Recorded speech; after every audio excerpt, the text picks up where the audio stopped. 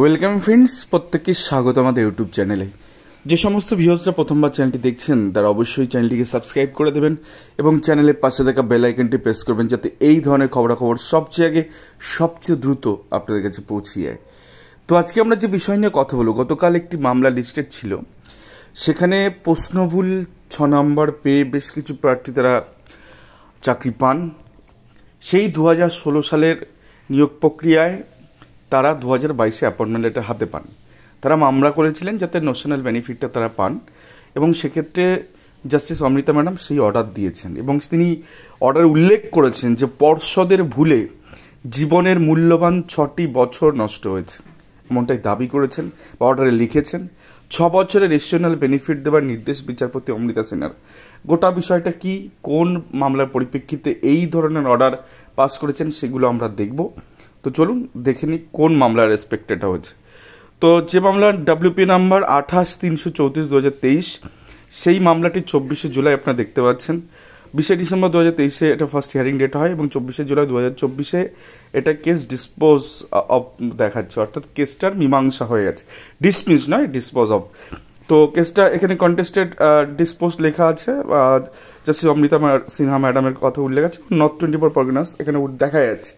তো এই মামলায় বলেছেন 2 মাসের মধ্যে সমস্ত এরিয়ার মিটিয়ে দেওয়ার নির্দেশ কিন্তু রয়েছে, অর্থাৎ 6টি প্রশ্নভুলের মামলায় এই সমস্ত প্রার্থীরা, যেমন বনলতা বা সোহম রয়চৌধুরী, এই যাবতীয় যে মামলাগুলো হয়েছিল যেখানে গিয়ে নতুন করে ইন্টারভিউ নিয়ে 6 নম্বর পেয়ে তারা টেট পাস করেন এবং তার আগে তারা ট্রেন ছিলেন। তো সেই হিসাবে জাস্টিস অমৃতা ম্যাডাম এই সমস্ত প্রার্থী যারা 2022-এ চাকরি পেয়েছেন আর তাদের কিন্তু এই অর্ডারটা দিয়েছেন। আমি দেখাবো এই অফিস মেমোরান্ডাম জলপাইগুড়ি ডিস্ট্রিক্ট, আপনারা দেখতে পাচ্ছেন ডেট দেখুন 26/9/2022 থেকে অ্যাপয়েন্টমেন্ট লেটার ইস্যু হয়েছে এবং সেক্ষেত্রে এই 26/9/2022 যদি আমরা ধরে নিই তাহলে ফেব্রুয়ারি 2017 থেকে, অর্থাৎ 42,949 ফার্স্ট যে অ্যাপয়েন্টমেন্ট ইস্যু হয়েছিল যেদিন থেকে, ফেব্রুয়ারি 2017 থেকে, সেখান থেকে ক্যালকুলেশন শুরু হবে এবং জুলাই 2024 পর্যন্ত এই সমস্ত সময়ের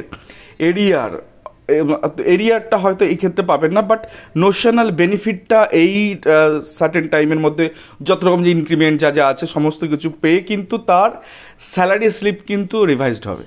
অর্থাৎ তিনি নিয়োগ প্রক্রিয়া যখন পেয়েছেন তার পরবর্তী ক্ষেত্রে এখন তার স্যালারি স্লিপ কিন্তু পরিবর্তন হয়ে যাবে, কারণ এই সমস্ত ন্যাশনাল বেনিফিট তিনি পাবেন। তিনি স্টার্টিংয়ে যে স্যালারি পাবেন সেটা পাবেন না। এই যে 6-7 বছর যেটা হয়েছে সেক্ষেত্রে 2017 সালে যে প্রার্থী যেমনটা এখন স্যালারি পাচ্ছেন তিনিও তেমনই স্যালারি পাবেন, কারণ যতগুলো ইনক্রিমেন্ট হচ্ছে বা যা যা অ্যাড হচ্ছে সেগুলো তিনি সবই পাবেন। দেন এরিয়ারটা কোথা থেকে ক্যালকুলেশন হবে, যেহেতু 26/9/2022 তারিখ থেকে 24/7/2024 পর্যন্ত তার এই ন্যাশনাল বেনিফিটটার মধ্যে তিনি পড়ে গেলেন। তো এই অংশের যে এরিয়ারটা দাঁড়াবে, অর্থাৎ এই যে 2022 থেকে 2024 পর্যন্ত তিনি যে তার এই যে ন্যাশনাল বেনিফিটটা তিনি না পেয়েই তিনি যে স্যালারিটা পাচ্ছিলেন সেই জায়গাটাকে ক্যালকুলেশন করে আর তিনি কিন্তু একটা এরিয়ারও পাবেন এককালীন, সেটাকে 8 মাসের এই 8 সপ্তাহের মধ্যে বা 2 মাসের মধ্যে কিন্তু এটা মিটিয়ে দেওয়ার নির্দেশ দিয়েছেন জাস্টিস বিচারপতি অমৃতা সিনহা ম্যাডাম। তো এরকম একটা কিন্তু অর্ডার পাস করেছেন। তো যাদের যাদের সাথে বঞ্চনা হচ্ছে তারা কিন্তু শুধুমাত্র স্যালারিটা পাবেন না, যারা এই মর্মে যদি কেউ চাকরি পেয়ে যান 6-7 বছর বঞ্চনার পরে তারা কিন্তু ন্যাশনাল বেনিফিটটাও পাবেন। ধন্যবাদ সকলকে, এই ছিল আজকের ভিডিও।